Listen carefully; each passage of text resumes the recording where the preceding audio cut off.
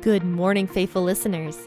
You have tuned in to the P40 Ministries podcast, the one place where you can get a daily explanatory Bible reading to start your day strong. This is your host, Jen, bringing you a brand new episode out of Genesis.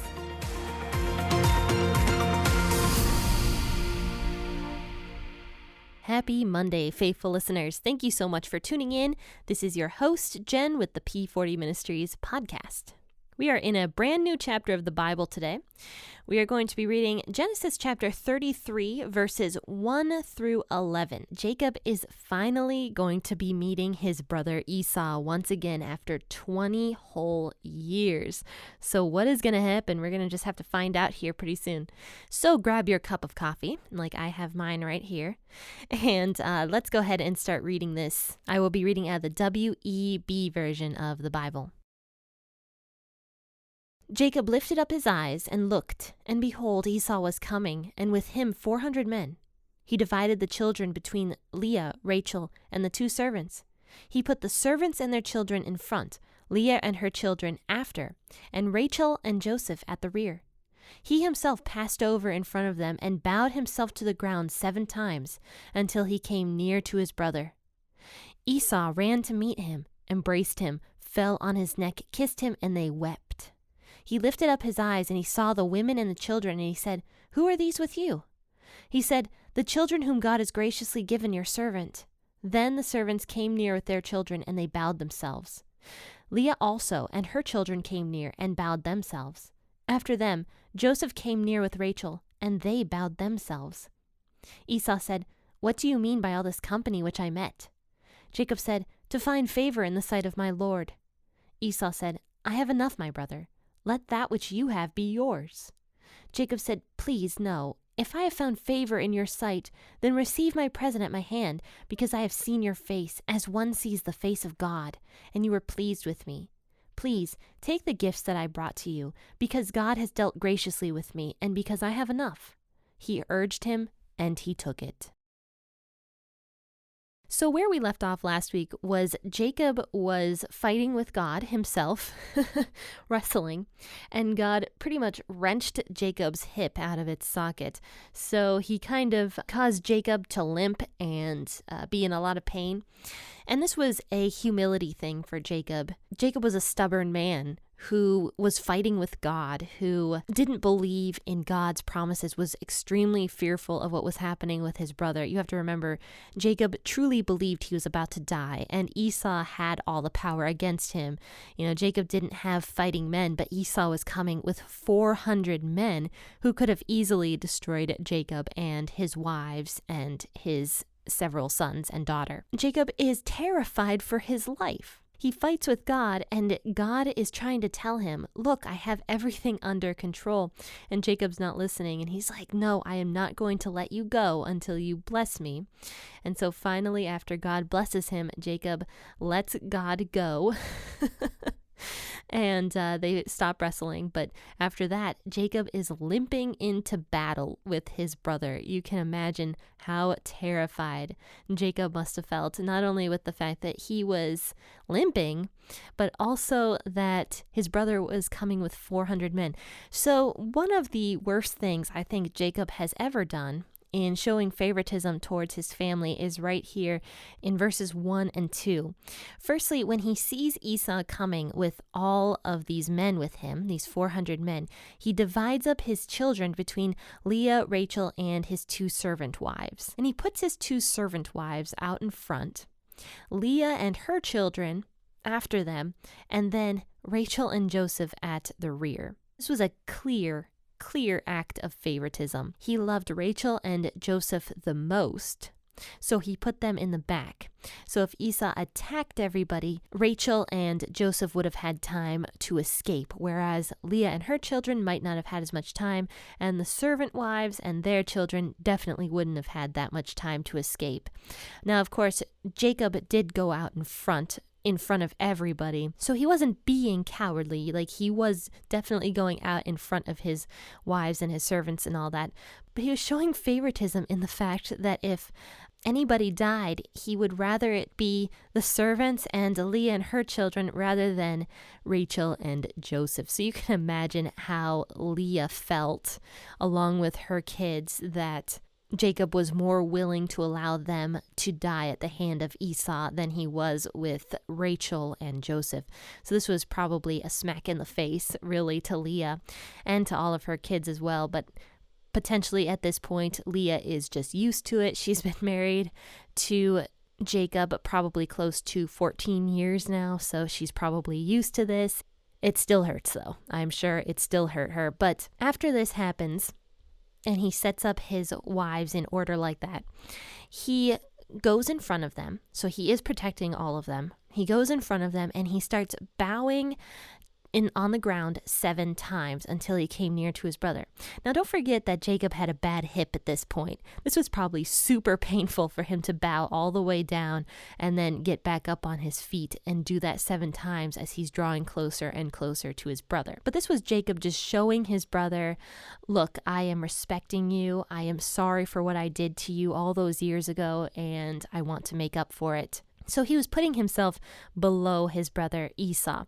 Now, if Jacob hadn't been shady all those years ago and stolen Esau's blessing from him, this wouldn't have ever been necessary. Jacob wouldn't have had to do all this stuff, but he is now paying for his sins. He's paying for the sin of lying and deceiving his father and also deceiving Esau and stealing from him. And even though God used that sin, God never ever needs our sins in order to accomplish his purposes. So Jacob would have been blessed one way or the other, and would have saved himself all this heartache with his brother had he not sinned and just relied on God. I think a lot of Jacob's story that we see from the beginning, honestly, is just Jacob not relying on God. And even this story here, up until this point, Jacob still wasn't relying on God. He saw that camp of angels that was surrounding him, and yet he was still fearful. He was still scared. And how many of us do that? Nowadays, we know that God is with us and God is taking care of us, and we know not to have anxiety or fear, but yet we still do. God must feel so annoyed of us sometimes and just irritated, but he is very merciful. He was merciful to Jacob in this instance. He came down to Jacob's level and fought with him and wrestled with him, humbled him, really, in a sense, by making his hip go out of joint. So he really was being merciful to Jacob during all of this and just showing him like, look, I have everything under my control.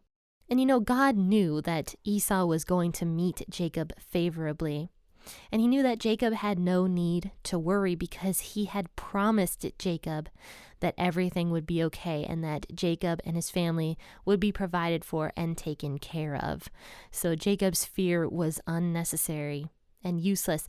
But one way or the other, this could have all been avoided had Jacob just trusted God from the beginning, not stolen from Esau, and not tried to get that blessing from his father. This all could have been avoided.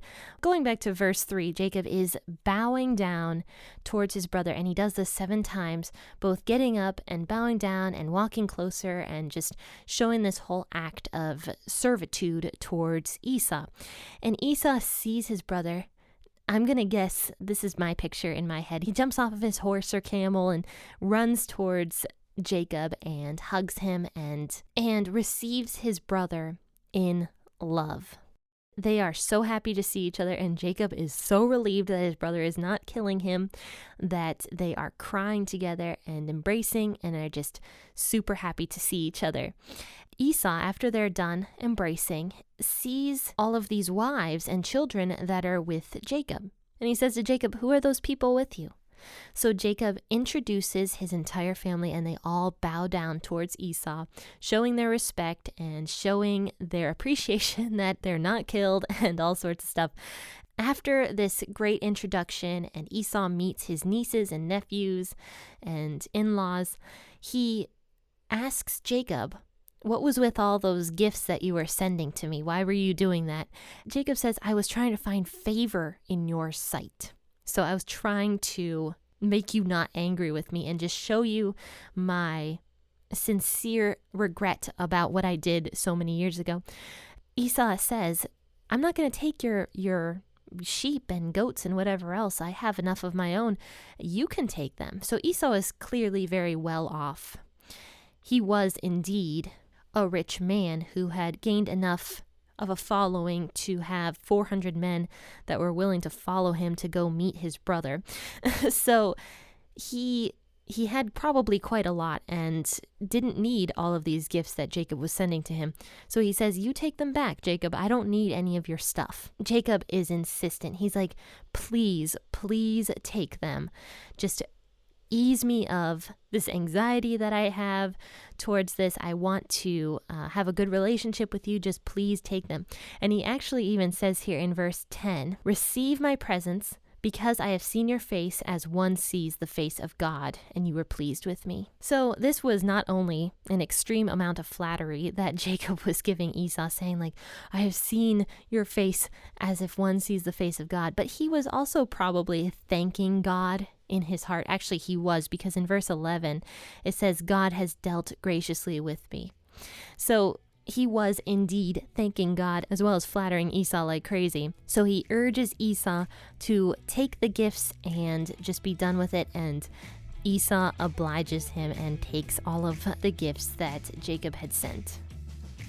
So we will talk about the rest of this chapter on Wednesday and finish out Jacob and Esau's story here in Genesis chapter 33. So join me then at 6 a.m., but also join me tomorrow for another episode out of Matthew, because on Tuesdays and Thursdays I do episodes out of the New Testament at 6 a.m. So join me for that. Now, friends, if you liked this podcast episode, I'm going to ask that you rate it 5 stars from wherever you're listening on.